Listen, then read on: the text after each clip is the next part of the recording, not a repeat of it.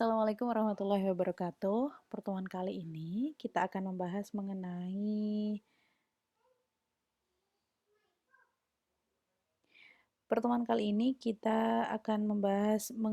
distribusi frekuensi dan grafik. Nah, apa sebenarnya pengertian dari distribusi frekuensi dan grafik? Untuk distribusi frekuensi itu sendiri adalah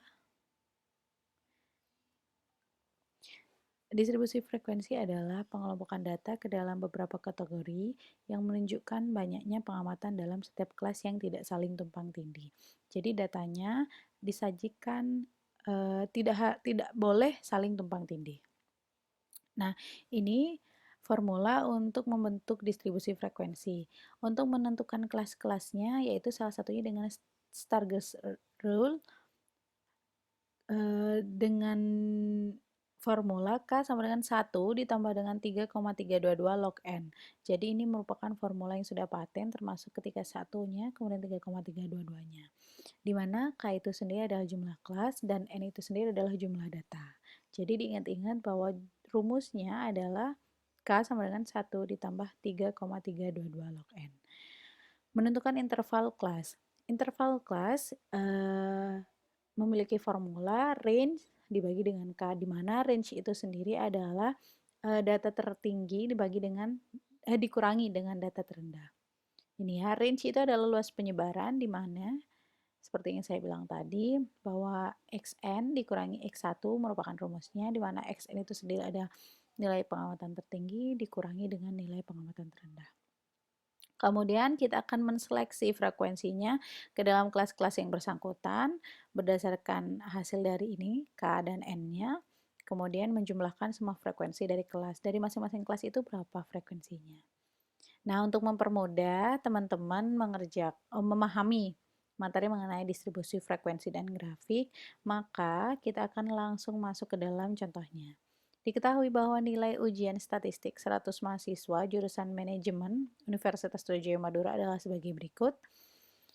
66, 24, 68 sampai dengan 61 ya terakhir. Nah, ini datanya merupakan data yang acak. Maksudnya data acak ini tidak beraturan. Untuk mempermudah teman-teman mengerjakan soal ini, maka teman-teman harus mengurutkan data dimulai dari data terendah hingga data tertinggi. Jadi misalkan nanti berarti nilainya ditulisnya 24, kemudian 34, 35, dan seterusnya. Sampai dengan data tertingginya itu 99. Memang harus nilik satu-satu ya. Jadi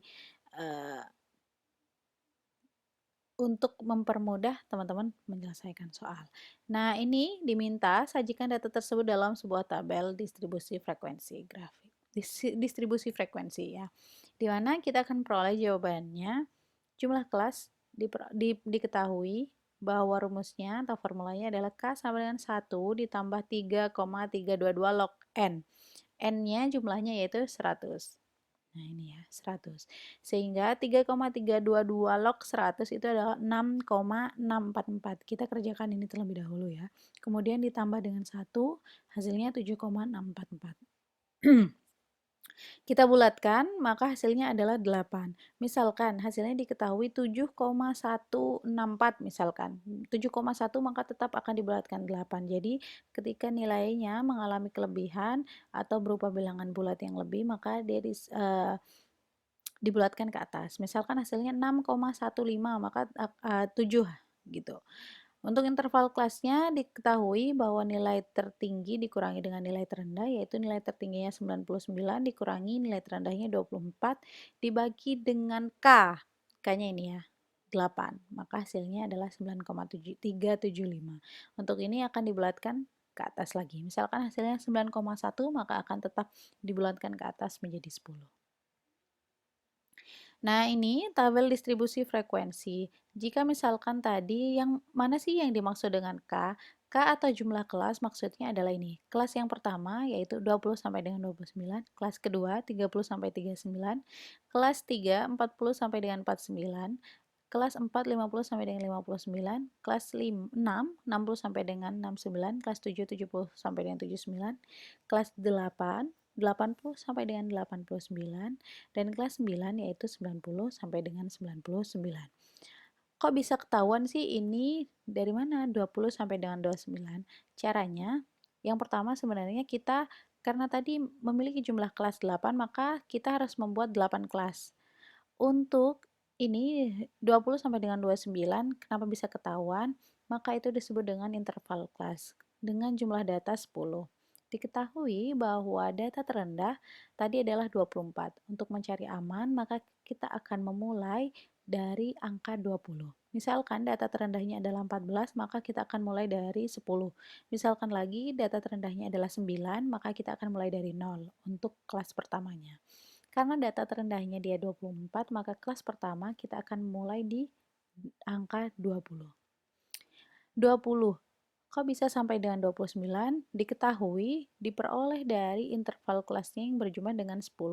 Maka akan dimulai dari angka 20, 20, ya 20 dihitung juga, 20, 21, 22, 23, 24, 25, 26, 27, 20, 28, dan 29.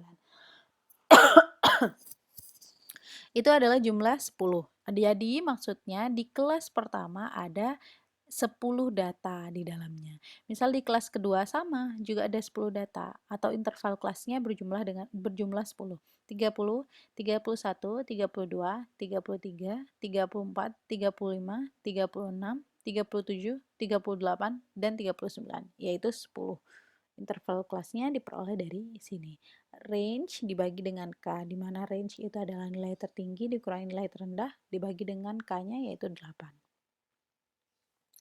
Tali atau jari-jari, ini diperoleh dari mana? Maksudnya adalah jumlah data yang ada di kelas ini. Misalkan di kelas 20 sampai dengan 29.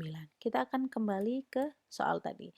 Kenapa saya minta teman-teman untuk mengurutkan data? Maka itu akan mempermudah teman-teman menghitung jari-jari dan frekuensinya. Di kelas pertama yaitu 20 sampai dengan 29, maka kita akan mencari yang mana data yang termasuk 20 sampai dengan 29. Ternyata hanya satu, yaitu 24. Maka jari-jarinya satu atau talinya satu. Dengan frekuensi karena ininya satu berarti ini satu. Selanjutnya di kelas 30 sampai dengan 39 kita akan mencari data di data 30 sampai dengan 39. Data ini satu, ya, ini dua. Kemudian kita akan cari lagi. Ternyata ini tiga. Ada 3 data di 30 sampai dengan 39. Kita akan bikin jari-jarinya sebanyak 3, kemudian ini frekuensinya 3. Di kelas 40 sampai dengan 49. Mana yang termasuk data 40 sampai dengan 49? Karena ini tidak berurutan ya, maka kita akan mencari satu-satu. Tapi maksudnya akan lebih sulit mencarinya. Tapi ketika kita mengurutkan satu persatu, maka itu akan jauh lebih mempermudah kita. Ini 40 sampai dengan 49. 1, kemudian 2,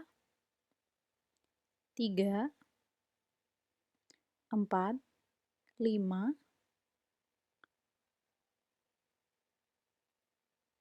6, 7, 8, yang terakhir ini 9. Apakah masih ada lagi? Ternyata tidak ada. Jadi ada 9 tali atau jari-jari. 1, 2, 3, 4, 5, 1, 2, 3, 4. Frekuensinya berjumlah 9. Untuk selanjutnya silakan cari sendiri sampai dengan 90 sampai dengan 99. Diperoleh jumlah frekuensinya adalah 100. Ini untuk mengetahui untuk membuat kelasnya terlebih dahulu, kemudian mengetahui interval kelasnya, dan mengetahui tali-tali dan frekuensinya. Nah, selanjutnya kita akan bicarakan mengenai frekuensi relatif, frekuensi persen, dan frekuensi kumulatif. Frekuensi relatif adalah frekuensi yang dinyatakan dalam proporsi, kemudian frekuensi persen adalah frekuensi yang dinyatakan dalam persentase, kemudian frekuensi kumulatif adalah frekuensi yang dinyatakan dalam kumulatif. Maksudnya seperti apa? Kita langsung masuk ke slide selanjutnya. Nah, diketahui misalkan yang tadi kelas nilai ujian statistik kita kan mengerjakan yang pertama sampai dengan frekuensi ini ya tadi.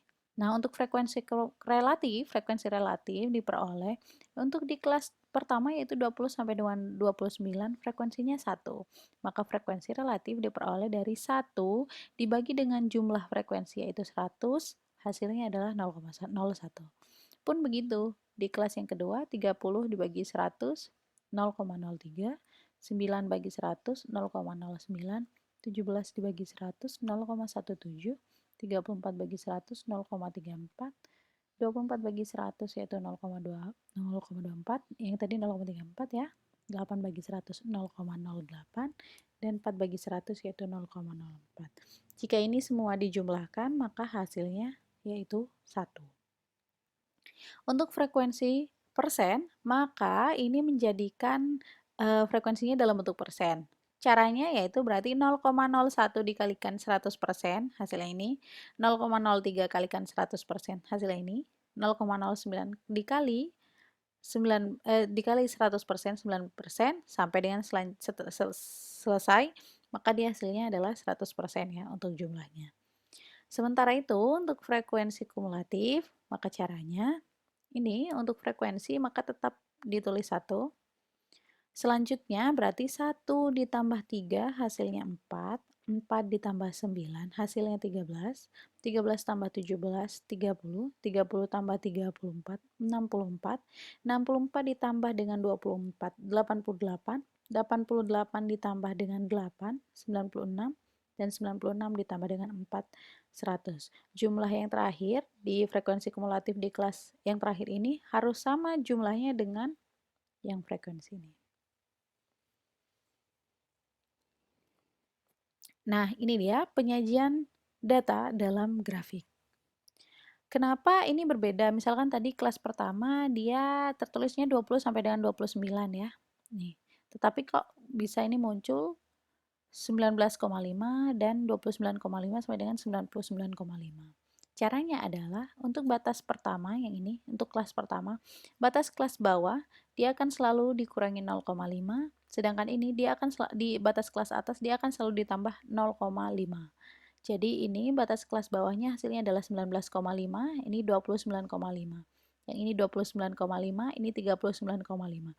Ini 39,5, ini 49,5. Selanjutnya semuanya begitu seterusnya hingga ini diperoleh 99,5.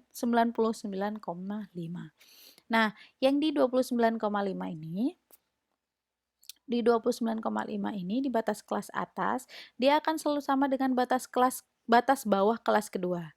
Pun begitu, batas kelas atas ini akan selalu sama dengan batas bawah kelas ketiga. Batas atas kelas ketiga akan selalu sama dengan batas bawah kelas keempat. Seterusnya seperti itu. Sehingga menyebabkan gambar yang dihasilkan di sini akan selalu berdempetan. Ini merupakan batas kelas bawah kelas 1. Di sini di 29,5 merupakan batas kelas bawah kelas 1 dan batas kelas atas kelas 1 dan batas kelas bawah kelas 2.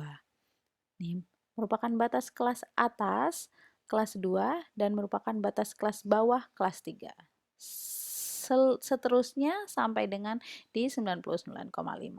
Untuk frekuensi ini akan disesuaikan dengan frekuensi yang ini ya. Jadi misalkan di kelas yang pertama 20 sampai dengan 29 yaitu 19,5 sampai dengan 29,5 jumlahnya 1, maka akan buat gambar di sini. Ini frekuensinya ya 5, 10, 15 sampai dengan 35. Untuk yang kedua jumlahnya 3, berarti masih tetap di bawah 5 ya. Kemudian ini 9, maka dia sudah melampaui 5 dan dia di bawah 10 ya. Seterusnya sampai dengan selesai. Kemudian kita akan menarik ini kita akan bikinkan garis tengahnya di sini, titik tengah ya, titik tengah, titik tengah, titik tengah. Kemudian kita akan sambung titik tengahnya dan membentuk yang disebut dengan poligon. Jika misalkan tadi histogramnya ini berupa ini, dan histogram itu harus selalu berdempetan karena kesamaan batas bawah kelas dan batas kelas atas ya. Jadi ini akan selalu berdampingan, berhimpit. Nah, ini yang disebut dengan histogram, sedangkan hubungan dari nilai tengah ini yang disebut dengan poligon, atau garis yang ditarik dari nilai tengah histogram. Itu disebut dengan poligon. Teman-teman, untuk memperlancar teman-teman paham dengan materi ini, maka teman-teman bisa mengerjakan tugas ini. Untuk selanjutnya nanti dikirim ke link maksimal, saya akan sampaikan di maksimal pengumpulannya kapan. Terima kasih. Assalamualaikum warahmatullahi wabarakatuh.